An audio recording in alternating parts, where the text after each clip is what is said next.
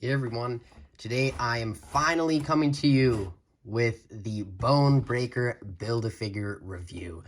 Wow, this is an absolutely amazing figure, absolutely amazing Build-A-Figure, so unique, so different from the normal Build-A-Figures and just figures in general we get from Marvel Legends.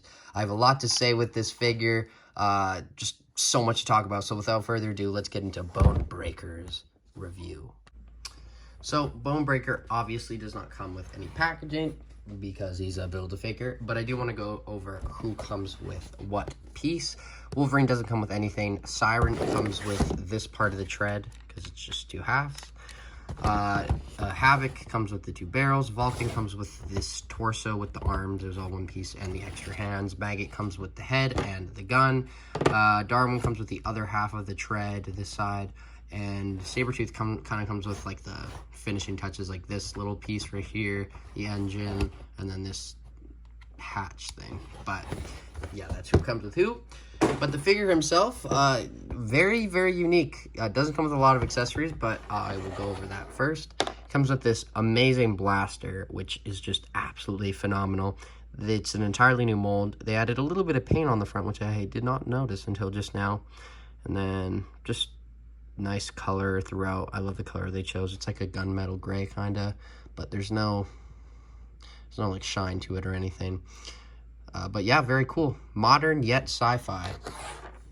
So, I mean, realistic yet sci-fi. And then that can obviously just go into his trigger hand. I say that. You can just hold the gun. Comes with a set of fists, which you can put, and people have been putting in the little hatch in the back, his accessory hat. And yeah, they'll shake around, but now he's on the figure, so you got that. And then I think, like you see in the thumbnail, this does not come with him, but it comes with other figures like Jigsaw. Just can peg onto the front, and you can have him in a really cool shooting pose like that. Now, I want to go over the figure itself first, so I'll just take that off. Very simple. I believe it's using the body mold that like Blue Marvel uses. Not that that's one figure that you guys probably recognize yet because it's just came out. I got them yesterday, but I did recognize that they use the same mold, I think. Why not? Why don't we not think? Why don't we actually figure this out? Okay, let me just adjust my light here. Okay. So, let's see here. Wait, let me just fix my situation here. Okay. Yep. Same upper torso at least. So, this mold is the same as the Bonebreaker's top half. He does have a new head sculpt, which the glasses can go up and down, as you can see, and they can port off. So, that's what it'll look like. I don't want to take those off. I love how his mouth is open the whole time. Kind of sucks. I wish we would have maybe gotten another head sculpt where he was just neutral, but it's cool to have because he'll mainly be in a shooting pose. He's just always happy and has his mouth open all the time, so that's kind of funny. So hopefully he doesn't get any spiders in there. But yeah, not a lot more to go over with the body. It's simple. He has these kind of, I think they're similar to the ones that came with Quasar, these quantum band things. Actually, I don't know if these ones came with Quasar. Anyway, you get my point. Has this extra neck piece, this extra part that goes around the whole figure, and then he just pegs into the tank itself, like so, and then he's in there. But the tank is absolutely amazing. They went all out with this. It is so detailed. I mean, not detailed in the paint sense, I guess, but the sculpt sense. Wow, they just went all out. You can see all the little marks, even on the bottom. I mean, you have the copyright stuff, but still you have, oh, let me take those out. Those will be rattling the whole time, but just the detail throughout on the treads, the wheels, you know, little rotating thing at the front here. So that can go full 360. I guess, well, that's technically articulation. So that's his leg articulation, his only movement on that. But the treads, they move. It's hard. They don't, like, they're not going to obviously drive, but if you want, you can. They are obviously a separate piece. I'm not going to move it, but you can see they kind of shift. I had them moving, but it takes some effort. And then obviously the barrels come right off, and I believe they're supposed to, because if you just go like this, they kind of just explode off. So maybe that's something he does in the comics. I would not know. But anyway, now that we have the barrels, they are identical, but they are really nice. They have some bullet holes in them. I remember we got this as a tease. Everyone thought it was like a Daredevil or something, but who would have thought Bonebreaker? I don't think anyone guessed that. And that's exactly what we got. And oh boy, am I happy about it, because I love this figure so much. The engine looks cool. It has 3 cylinders, let's say. I don't know. But this kind of shifts around too. Great paint throughout. You can see he has 2 pegs there, which is interesting. So you could put a figure on there, maybe like Lady Deathstrike. Just peg her on. She can ride around on Bonebreaker. There's some little buttons there. Maybe a little paint on this would have been nice, but I obviously can do that myself. There's some paint though on the front, some silver damage, which is nice.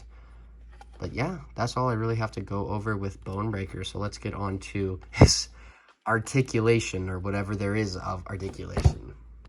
So this is interesting. Head goes up that much, down that much. Obviously, like I said, the glasses move. He has a little bit of tilt, full 360. Arms go out that much, they go full 360. Biceps swivel, double jointed elbows, which go in that much. And then both trigger hands are vertical hinges, so they go up, down, full 360. And the fists are horizontal, so they go up, down, full 360. Ab crunch articulation goes down that much, and he can go back that much, and he can rotate full 360. The leg articulation, this goes around full 360, and that's the leg articulation. So no ankle pivot on the Bonebreaker, sadly, which is just such a shame. Immediately the worst figure of the wave. No ankle pivot. Come on, that just really sucks. Anyway, let's get on to my comparisons and what you've been waiting for, my ranking. Well, what I think you've been waiting for.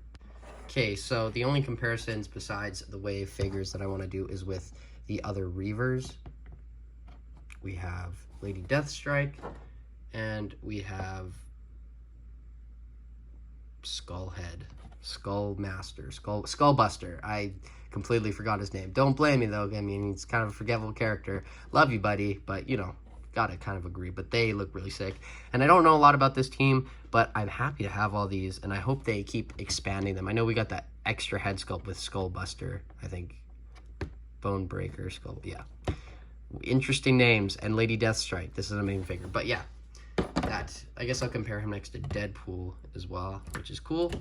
But I want to do my wave ranking. So this is what I'm going to do. First place goes to Bonebreaker. Easy. This figure, absolutely amazing. They did an amazing job with Bonebreaker. Or should I do it the other way around? Okay, so I think that is what we will do. Okay, so you already know how I feel about him. But I think my least favorite figure, I don't even know if I've decided this yet, but I know it's between these 3. So I think my least favorite of these 3, I'm going to give it to... this is hard. I think I'm going to give it to Sabretooth. I just think they did a really poor design with him, and they just didn't put any effort in.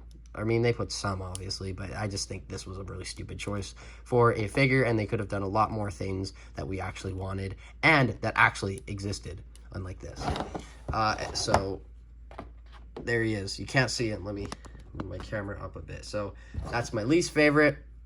And then after that, I think I'm going to give it to... Darwin. And I'm going to give it to Darwin, not because it's a bad figure, just because it's simple and I don't know a lot about him, but I do love his long hands. And then I'm going to give it to Siren, which I have a lot of problems with this figure, actually. The feet are very, very, very stiff. I don't want to break them. I wish we would have gotten an open mouth head sculpt. The articulation is great, so, you know, I acknowledge that because now we got it. I should at least acknowledge it. And then this thing is a little annoying. Just this whole fabric thing. It seems wrinkled all the time, and I don't ever feel like I can get it in a proper pose. Just always feels off. But yeah, she is 3rd worst or 5th best. Right? Yes. Okay. Then I'm gonna give it to Wolverine. which is an amazing Wolverine figure, but obviously I just have a lot, so not surprised with any of them. And then I'm going to give it to Maggot, which is an amazing figure, just such an interesting concept and such a cool character to get. And then it's between these two. Now, I love the Vulcan figure. I think I love the Vulcan figure more, but I don't love the character more. So I think the only reason I really like this figure a lot is because it's a brand new mold. So I'm going to at least acknowledge that. And I'm going to give him the place above, and then Bonebreaker is first place. So that is my wave ranking. Bonebreaker is the best, then Havoc, then Vulcan, then Maggot, then Wolverine, then Siren, then Darwin, then Sabretooth. But overall, it's an interesting wave. It's definitely not the best. It's kind of a wave they put out there so they can put some reuse out. Obviously, this is mostly reuse. The whole body's reuse. This has a lot of reuse. This is a lot of reuse. This is a lot of reuse. This is a lot of reuse. And this is a lot of reuse. And this is some reuse, but new. So obviously, I'm okay with that when you look at upcoming waves like the Disney Plus wave, which is nearly entirely new molds, minus, say, Sharon Carter and some parts on Mr. Knight. But you know, there has to be some balance in the waves that they put out, because they can't just have everything new. But the Vulcan is an entirely new mold, and it's an amazing mold. But yeah, that is my wave ranking. So I guess let's get on to my final thoughts, and I'll keep them on the backdrop when I do that. So my final thoughts on the Bonebreaker figure is I absolutely love it. This is, you know, something different for Marvel, something unique, and something that we have been wanting now that I've been looking kind of at older reviews and stuff, older Marvel Legends videos from the community. This is definitely a figure that was desired. But yeah, I don't have anything negative to say about it, minus maybe they could have had more paint. Treads could have moved. That would have been cool. So I'm going to give them a 9 out of 10, I guess, because I do really wish the treads moved. Like you could just drive them, but you can't. So I'm going to give them a 9 out of 10.